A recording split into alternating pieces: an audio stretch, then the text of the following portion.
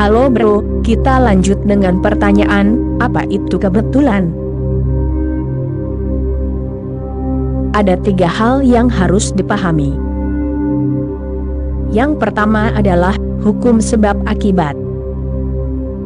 Itu berlaku untuk dunia material, dan karena sains hanya percaya pada hukum sebab akibat, ia menyangkal segala sesuatu yang lain. Hukum sebab akibat bersifat mekanis, tidak ada kebetulan. Dirimu memanaskan air hingga 100 derajat dan air itu menguap, tidak ada kebetulan. Bukan berarti suatu hari air menguap pada suhu 99 derajat, hari lain pada suhu 90 derajat. Tidak ada masalah suasana hati, air tidak bisa memutuskan, air secara mekanis diatur oleh hukum sebab akibat. Mereka yang percaya pada hukum sebab akibat, tidak akan percaya pada kebetulan apapun. Segala sesuatu telah ditentukan sebelumnya, tidak ada yang namanya kebetulan. Segala sesuatu memiliki keniscayaan. Lalu ada hukum lain, Carl Gustav Jung menyebutnya hukum sinkronisitas. 2 hal bisa terjadi bersamaan, meskipun tidak terkait sebagai sebab dan akibat. Misalnya, jika seseorang menyanyikan lagu yang indah, beberapa senar di hatimu tersentuh, tetapi itu tidak bisa dilakukan, itu bukan sebab dan akibat. Itu mungkin terjadi, mungkin tidak terjadi. Itu mungkin terjadi pada sebagian orang, mungkin tidak terjadi pada sebagian orang lainnya. Itu mungkin terjadi pada dirimu suatu hari, mungkin tidak terjadi pada dirimu di hari lain. Hari ini dirimu merasa bahagia, dirimu telah bertemu wanitamu, temanmu, dirimu sedang menunggangi angin. Seseorang menyanyikan sebuah lagu, tiba-tiba lagu itu menyentuh hatimu, dirimu juga merasa ingin bernyanyi. Seseorang sedang menari, kakimu tiba-tiba ingin menari.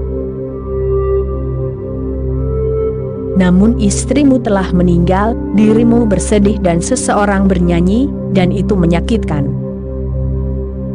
Bulan telah terbit di langit, malam bulan purnama, dan dirimu bersedih, bulan juga tampak sedih, tidak cantik. Dirimu berada dalam keadaan yang begitu sedih, sehingga malam bulan purnama tampak seperti sedang mengejekmu. Ia tampak begitu acuh tak acuh padamu, begitu tidak peduli, begitu keras. Dirimu berada dalam keadaan yang begitu sedih, dan bulan masih bersinar seperti dulu, dan mawar-mawar bermekaran, dan burung-burung berkicau. Tidak seorang pun tampaknya peduli padamu. Tampaknya tidak ada yang peduli padamu. Alam semesta tampak sangat netral, sangat dingin. Dirimu merasa terluka, dirimu merasa terasing. Dirimu merasa sebagai orang asing, orang luar. Sekarang tidak akan ada sinkronisitas. Hukum sinkronisitas berarti, terkadang dirimu cocok dan terkadang dirimu tidak cocok. Itu cair. Hukum sinkronisitas milik dunia pikiran. Sama seperti sebab dan akibat milik dunia materi, tubuh, hukum sinkronisitas milik dunia pikiran, hati. Di luar kedua hal ini, ada kemungkinan kebetulan juga.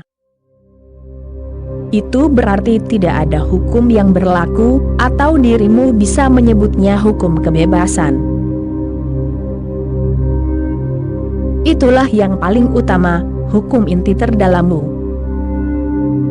Sebenarnya itu bukan hukum, karena itu adalah hukum kebebasan. Hal-hal bisa terjadi yang tidak disebabkan oleh apapun, dan yang tidak diciptakan oleh hukum sinkronisitas, hanya kebetulan. Kebetulan berarti ada kemungkinan kebebasan. Ketiga hal itu terjadi, semakin tinggi dirimu melangkah, semakin tinggi kesadaranmu, semakin dirimu menyadari kebebasan. Pada titik terendah, semuanya sudah ditentukan, pada titik tertinggi, tidak ada yang ditentukan. Buddha meninggalkan istananya, dan pada hari pertama, ketika ia berjalan di tepi sungai, ia menciptakan banyak kebingungan dalam pikiran seorang astrolog besar. Sang astrolog datang dari Varanasi, ia telah mencapai derajat tertinggi yang mungkin pada masa itu. Ia telah menjadi astrolog paling terkenal, sekarang ia akan kembali ke bagian negaranya. Ia melihat jejak kaki Buddha di pasir basah, ia tidak bisa mempercayai matanya, karena itu bertentangan dengan semua pengetahuan astrologinya. Telapak kaki Buddha memiliki beberapa tanda yang jelas terlihat di pasir. Tanda-tanda itu dianggap hanya milik seseorang, yang merupakan penguasa seluruh dunia, seorang Cakravartin, yang merupakan penguasa 6 benua. Nah, apa yang dilakukan penguasa 6 benua di desa miskin ini, di tepi sungai yang kotor ini? Dan mengapa kaisar dari ke-6 benua harus berjalan tanpa alas kaki? Dia tidak percaya dengan apa yang dilihatnya. Dia mengamatinya dengan sangat teliti, dan tidak ada kecurigaan, tidak ada keraguan. Entah buku-buku astrologinya tidak benar, atau memang ada kaisar yang lewat di sini. Dia mengikuti jejak kaki itu, untuk mencari orang itu, dan dia menemukan Buddha duduk di bawah pohon. Sekarang dia lebih bingung, pria itu tampak seolah-olah dia adalah kaisar dari semua 6 benua, namun dia adalah seorang pengemis dengan mangkuk pengemis. Dia membungkuk kepada Buddha dan berkata, "Aku ingin melihat kakimu. Aku seorang astrolog, kamu mungkin pernah mendengar namaku." Dia melihat kaki itu dan berkata, "Sekarang kamu telah menciptakan kebingungan dalam pikiranku, aku tidak pernah sebingung ini. Selama 12 tahun aku telah mempelajari astrologi, haruskah aku membuang kitab suciku ke sungai, dan melupakan semuanya?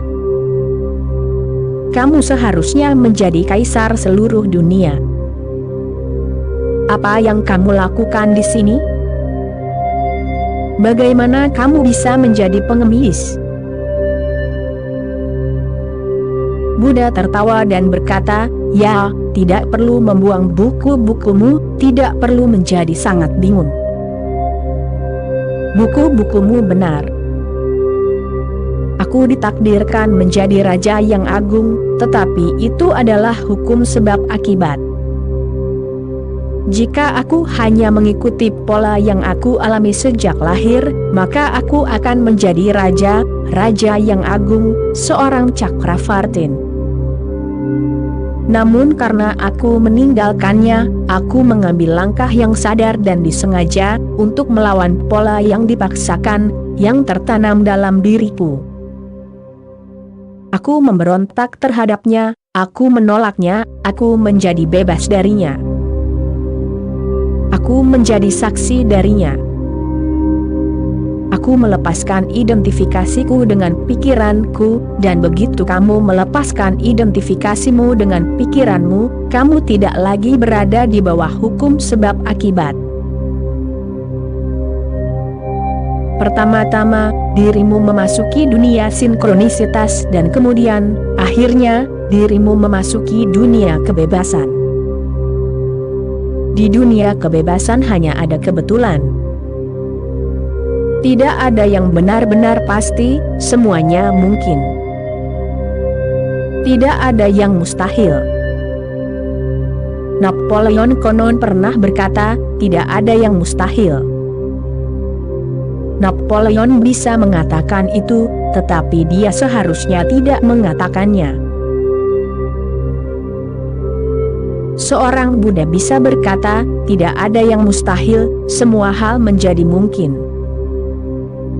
Dirimu bertanya, apa itu kebetulan? Itu berarti bahwa hidup tidak hanya mekanis.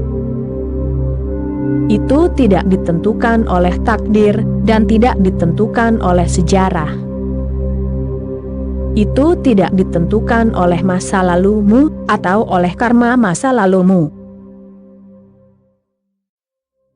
Itu tidak ditentukan, seperti yang dikatakan Karl Marx, oleh kebutuhan historis.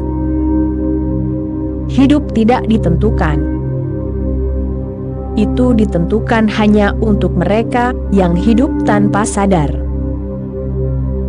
Jika sadar, itu adalah kebebasan. Dirimu bisa memilih, dan dirimu bisa memilih untuk menjadi apa saja. Dirimu bahkan bisa memilih untuk menjadi ketiadaan, itulah kebebasan tertinggi. Dan kebetulan juga selalu terjadi dalam kehidupan sehari-hari. Kehidupan tidak selogis yang dirimu pikirkan, itu sangat tidak logis. Hanya permukaannya yang terlihat logis. Kehidupan bukan hanya logika. Kehidupan tidak mengikuti jalan yang lurus, melainkan berkelok-kelok. Dan bagus juga jika hidup tidak sekadar logis.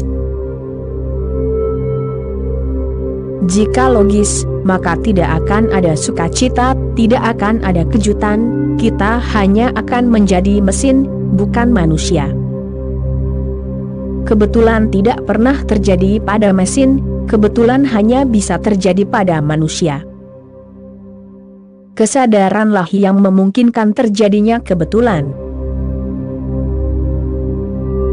Singkirkan manusia dari bumi, dan semua kebetulan akan lenyap, segala sesuatu akan mengikuti hukum logika yang sederhana.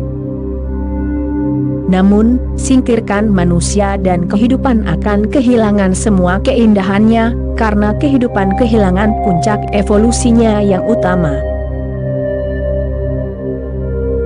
Oke bro, itulah sekian dulu kali ini, bro.